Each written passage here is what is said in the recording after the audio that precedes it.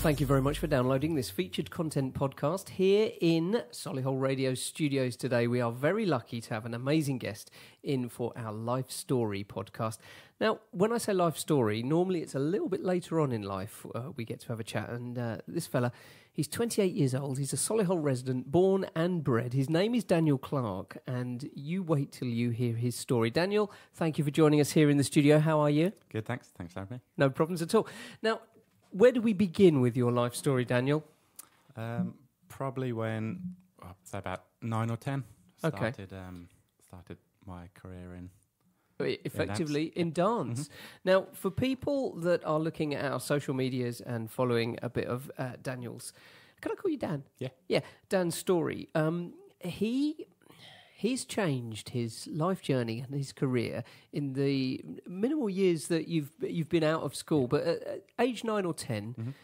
you decided, or you would sort of pushed into a career in the world of ballet. Yeah. So tell us a little bit about how that happened. My younger sister started going to the local dance hall just around the corner from us, and probably just to keep me out the way and so my parents could get a few minutes apiece, they decided to take me along and join in, really. Okay, so you went along and you were age 9 or 10, and at that age, for a boy, going back a few years now, that was kind of a different sort of pastime, wasn't it? Yeah. To become a male ballet dancer. Yeah. So were there many boys in your class? I think there was one boy in the class above and maybe 1 or 2 below. Okay. But we all used to get just grouped together. Sure. Presumably because there was only 4 or 5 of you in the whole school. Yeah, pretty much. For the different roles. So if I could tell you now, listener, that if you imagined what a male ballet dancer looked like, Dan is exactly the shape, height and physique that you would imagine a ballet dancer to be. Now, as you moved in, you were 9 or 10 years old. Yeah. You started there, and suddenly you were hooked. You had that energy for dancing. So what happened next?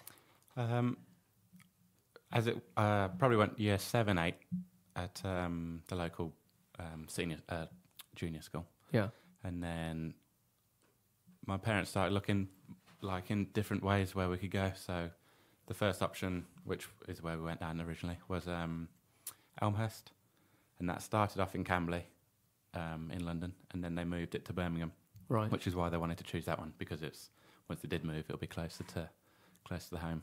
Excellent, because it's more of a boarding dance school. Right. So you were there 3 terms a year, dancing pretty much every day. Yep. On top of the standard GCSEs and things like that. But the focus was definitely on your dance skills and your presumably physical fitness and things like that. So as you were moving through the school, what opportunities were opened up for you? As you get a bit older towards, I'd say like the college years, when it moved to Birmingham, they're in association with Birmingham Royal Ballet. Right.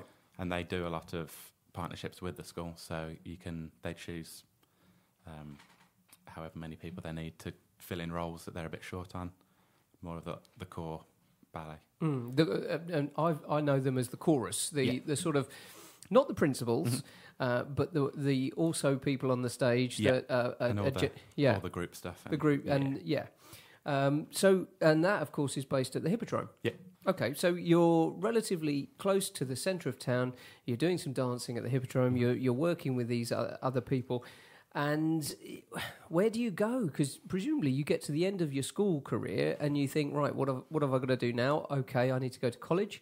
Tell us what happened then. Yeah, so at the end of year 11, you can either, that's kind of, I'd say, the main point for people if they wanted to go off and do their A-levels and start normal work, or if they want to go into the dance college. Okay. Because the dance college is still part of the school, so it's just...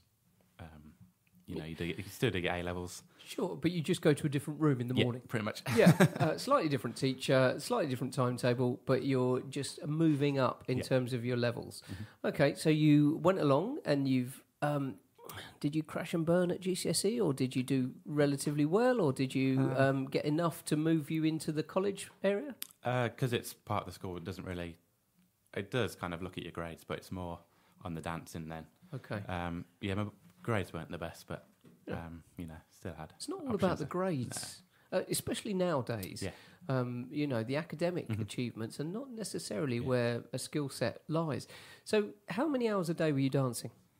Start at 8:40 and then finish, depending on the day, between, I'd say, 4 and 6-ish. Wow. So, depending. 8 hours a day of focused dance and rehearsal and learning and reacting to notes and direction and things like that, and then, working with others as then well. If you're doing your A-levels as well as that, or in my case, they did a business and communication option, and also I did a Pilates instructor course as well. Excellent. Instead of A-levels, because I thought that would be the best.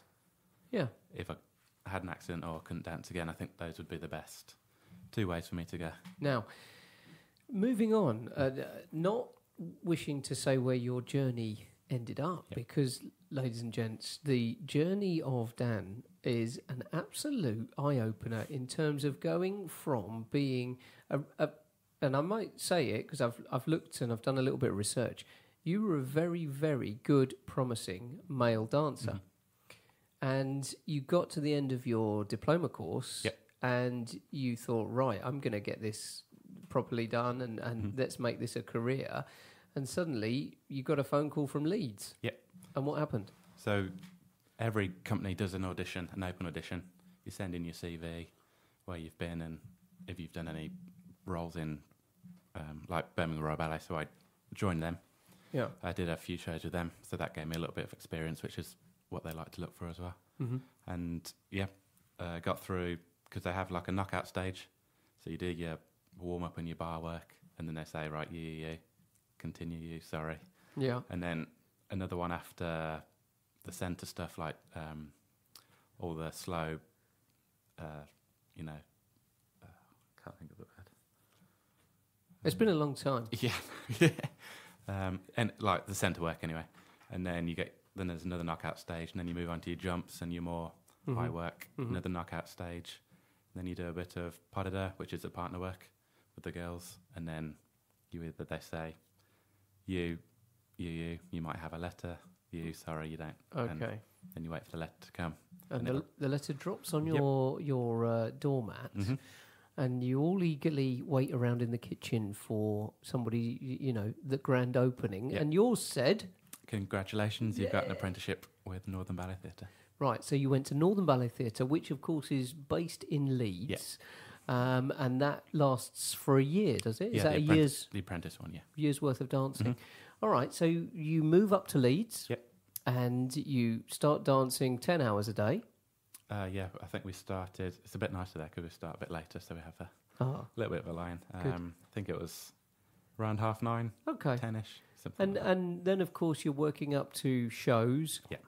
And any touring productions? Yeah, they tour the whole country. And I think the year I left, they went abroad. I can't remember where, maybe China or somewhere big over that way. I can't remember where. A substantial international tour. Yeah. And they're out there and they're dancing ballet, and you know what it's like. There's not that many guys that are at the top, at the peak, but during your training there was a little doubt. In fact, there were two things from my research, and I'm not putting words in your mouth, Dan, but the transition between year 11 and college, there was a period of doubt, and then as you were moving through into Leeds, there was also a bit of doubt. Tell us a little bit about what was on your mind then. The end of year 11, I was thinking, is this the way I want to go, or are there other options? But again, I think my abilities kind of pushed me more towards carrying on than my academics, because I wasn't the strongest in my But you were a very good dancer. So I continued the path and did my 3 years at college, got my national diploma in professional dance. Wow. And my level 2 Pilates instructors. Right. So they're in the bag. Yeah. Okay. So you're feeling the element of success there. And then you were in Leeds, you were doing your stuff, you were learning, but all the time there were two things. Firstly, that little bit of doubt inside of you, and secondly, what had you noticed about your physical fitness? Yeah, so leaving school, I had a cortisone injection in both my knees because I think just from the years of just the strenuous activities. Repetitive strain, effectively, because you're lifting young ladies, they say they jump to help you, but, presumably some of them weren't jumping like that, and the levels of stress on your joints must have been massive. Yeah. Day to day. Yeah. So what happened? Just over time, they started getting a bit worse. I had the injections, and then pretty much straight away it kind of switches off because it's a kind of steroid injection that covers the area where it was inflamed or whatever. So it went away, went to my first job in Leeds, and, they were fine through there. There was a little bit of a niggle, but nothing compared to what it was. Okay. And you're thinking to yourself, hold on a second, my physical fitness isn't great. Yep. My joints are all wearing out. I'm 19 or 20 years old. I'm not going to be able to make this effectively a career, because by the time I'm 25, I'm going to have to walk with sticks. Yeah. So what, you do your year at Leeds and you get by with your injections and you get by with strapping up your joints and things like that. What happened at the end of that particular year? So as an apprentice, there were three of us who had got an apprentice contract with Northern, and then one guy got a full contract. So they usually take one or two apprentices into the company. Right. I think they took the girl that was with us, and then me and the other guy who were on the apprenticeship. They said, sorry, we've only got room for one dancer. Was that your first real rejection? Yeah, I think so, yeah. Well, it's not rejection because you kind of go in knowing it's very limited. I think most companies either take one or two dancers a year. Yeah. So it's a hard game to get into. It is hard, but the amount of work that you were putting in day to day, did you feel a little bit resentful that they didn't pick you? Or, I would feel after working 6 hours a day of dancing and hurting my body and learning all of the specific moves and things like that and interacting with people, which is tricky, I'd feel quite resentful that I wasn't picked. I think I was just more happy to get in, really, with the experience and have the experience to go on to the next, because it's, as a UK company, the UK is a lot harder to get to, well, depending on where you're going and stuff, but the UK companies are a lot harder to get into than some of the foreign companies. So I think out of my year, maybe 3 or 4 got UK contracts, and then the rest spread out abroad or go back to college and continue for a year to keep up the experience. So you've taken the rejection on the chin, and you've thought to yourself, right, what do I do now? You've hooked up with your folks, and you've had a chat with mum and dad and your family, and you've regrouped. So where did your life journey then take you? The guy who was also in an apprenticeship with me in Leeds, he was looking at some other companies in Estonia. And I've got a lot of friends who also went to Estonia as well, right? Who are already in the companies over there. So I thought, have a little holiday, go see them. Audition for the company at the same time, and I went to. There's 2 companies in Estonia. Most of them are at the, not the national company. I can't remember what the name of the other one is. Some sort of. It's got a funny Estonian name. I can't think of it. So I went to see them anyway. Yeah. And then when I was over there, I had another friend who was at the national company. Right. So I thought, I might as well ask, see if I can take class. So there's 2 different companies. Are they rival companies, or are they? Is there some symbiosis between them? Are they both straight ballet, or is one much more contemporary? Do they have different elements to them? The national company's kind of more strict. Does all the classic ballets and a few merges over to the opera because they're the opera house and the ballet company are in the same Okay. building. So the people that are taking part in that ballet are also chorus in opera if there's any movement or anything like that? I think or, a little bit, yeah. Yeah, They I got you. help. And then, of course, the other company is a little bit more contemporary, and it's got, from my research anyway, Dan, because I knew you were coming into the station to have a chat, I thought I'd better learn a little bit. Don't take this in any way of me being understanding of ballet. Yeah. The other company, a little bit more contemporary, a little bit more modern and progressive, rather than going down that route of strict Russian style ballet, which of course is very big over there, isn't it? Definitely, yeah. So so you're in. Yep. You're training in Estonia now. you suddenly and what was the regime like there? That was a lot different because obviously all the teachers are either Russian or Estonian, so completely new language. And are you fluent now? No. You pick up, well, I was only there for a short while, so I picked up enough to, get by. And it's like the ballet language is commonly French, so everything you pick up at school, it's not suddenly different language. So everything like a plie is still a plie, even if it's in Russian. Okay. And of course, ballet. Why did ballet then start developing from the French languages? Why throughout the world do we not hear the equivalent of in the Russian school or in the Central European school? Why is it all one phrase? Not too sure, actually. No, I just wondered. Yeah. It's just a point. Why didn't they call plie the Russian equivalent? Yeah, why didn't they call plie the Russian equivalent? I won't use this, don't worry. But it's strange, isn't it? When you think, why is the style and the genre developed from the French language rather than anybody else's language? And then, having said that, though, in terms of the music and musical vocabulary, it's much more derived from the Italian. Right. So, andante, adagio, lento, and things like that. If you've got a passage in those things, you'd normally speak in Italian. Yeah. Very strange. Anyway, where were we?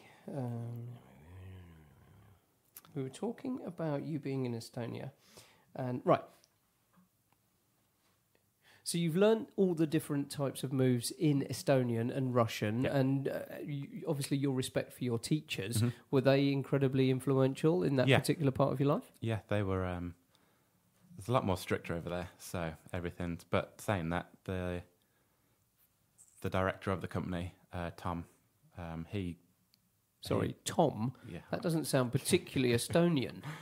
He is from Estonia, but he trained most of his career in, I think it was English National Ballet Company. Okay. And he was a principal there. Wow. And then he took over, I think he took over the same year that I joined. Okay.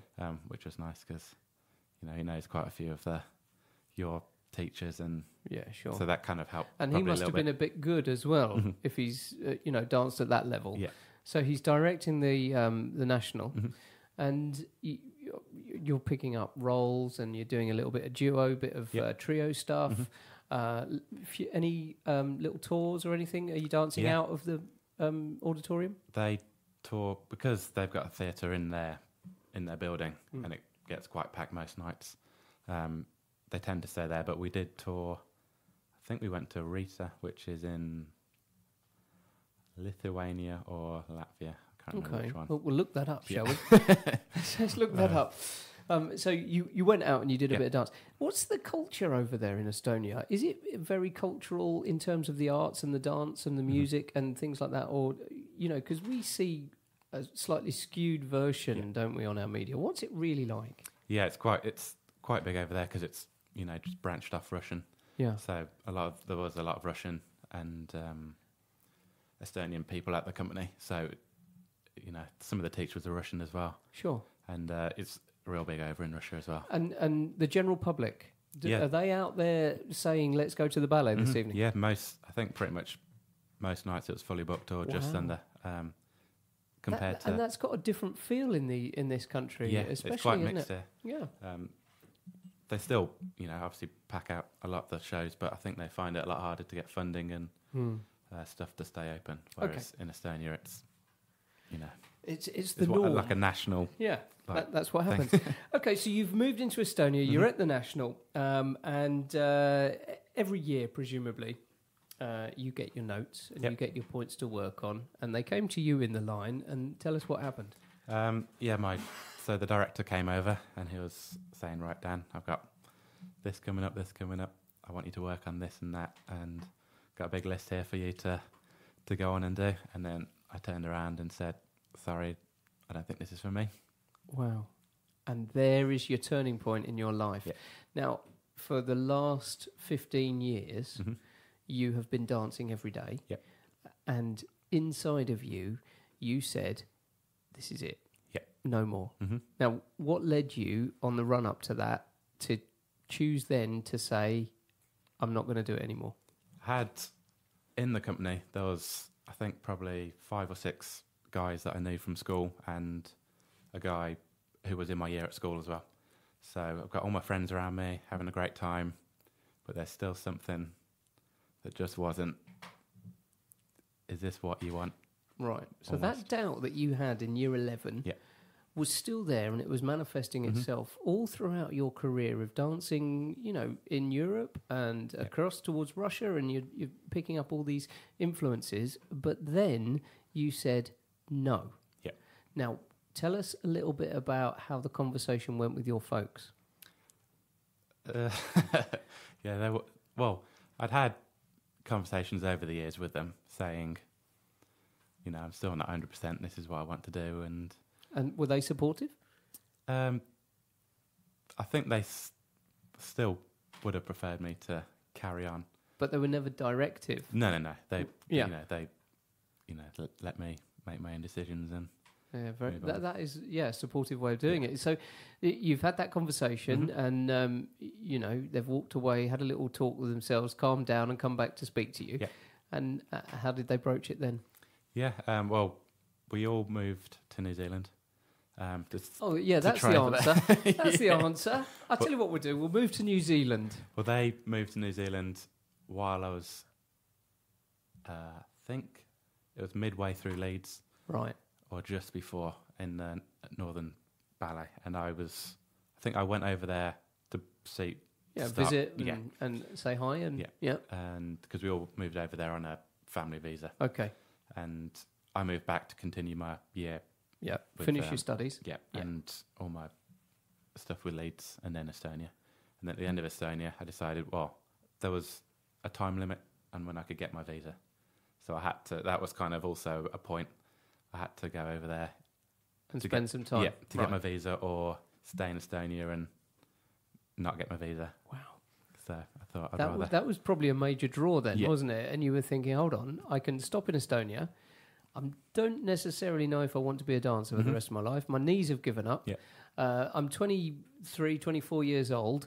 Already, I'm in a bad way for my joints. And this is not where I want to spend my life. Yeah. Well, I think I was probably about 80% sure I didn't want to do it. And then I moved to New Zealand. Yeah. Started just dancing just to keep my, keep fit, and because it's, quite a good workout. and you're a Pilates instructor. Yeah. Exactly. You need your fitness. Yeah. And so I carried on. And then the teacher said, try out for New Zealand Ballet and Australian Ballet. Of course they did. But their seasons are opposite to ours. Right. So we start in September and finish in August or thereabouts, whereas they start in January and finish in December. Sure. So when I went there, it was 6 months before they knew if they had contracts or not. Yeah. So that was quite a wait. So you thought, I'm not giving you that much time. Yeah. And here beginneth the last phase of bringing us up to date now, isn't it? And you thought, right, I'll tell you what I'll do. Well, got my permanent residency visa. Good. Thought, right, I got that. And then my dad, grandma, friends, everybody's still back here in Solihull. Right. So I decided I wanted to come back.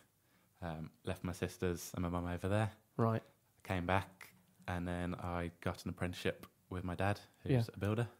Oh, my goodness me. Right. So you've gone from spending 15, 16, 17 years of dancing at an incredibly high level in male ballet. Yeah. And then you've moved back to Solihull after obtaining your New Zealand citizenship to learn a new trade, which was building, general building. Mm-hmm.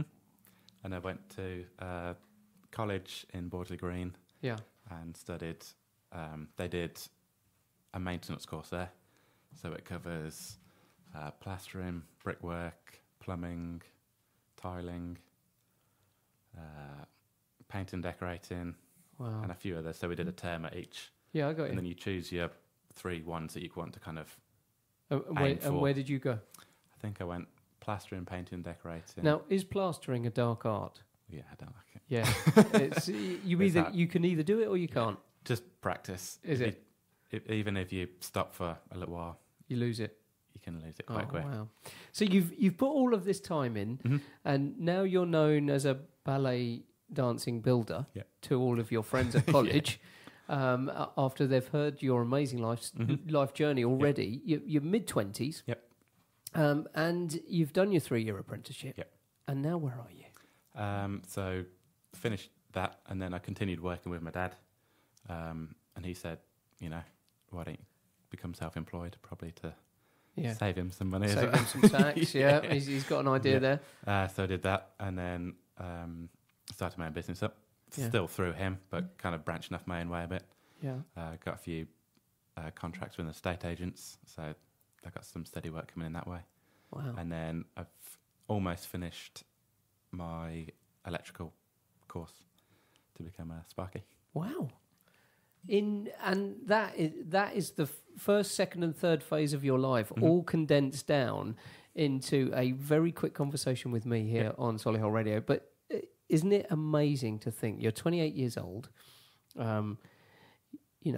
you've danced at the highest level in different places in the world, and you're back in Solihull, born here. You've come back to Solihull after spending some time in the furthest point away from Solihull as you can be, and now you've found yourself as a builder. Now, you said earlier that you think, you were 80% sure that you didn't want to be a dancer.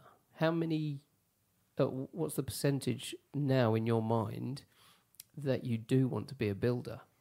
I'd probably say, well, there's always... Yeah, there's always a doubt, but... Yeah, I'd say probably 90, 95%. And you're comfortable? Yeah, because different thing every day. Yeah. You never get the same thing twice. That's right. Whereas, you do a season of one show, you miss it out next season, then you come back to it. Yeah. You'll probably be doing a different role, but probably 80% of the time you'll be doing similar stuff. The parts that you did do. Yeah. Then you come back and repeat.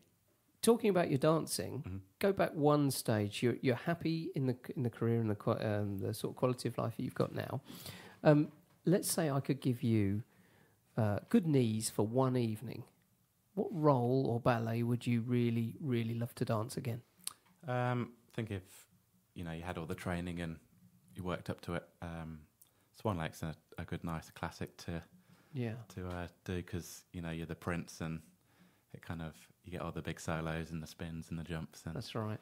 Makes you look pretty good and it's a nice part of the piece in there with the partner. Get to lift them around and that's good, isn't it? Sharp a bit.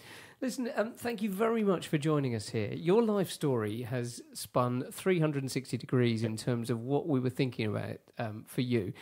If you've enjoyed listening to Dan's story, he's only 28 years old. If you've got a life story that you'd like to share here on Solihull Radio, Dan started off as a ballet dancer, moving into dancing in Estonia at the National, and he's now back here in Solihull, happy as a general builder. Yep. So thank you very much for joining us today, Dan, and you're more than welcome into the studio anytime now. Great. Thanks for your life story, Dan. Cheers, thanks for having me. You're listening to Solihull Radio.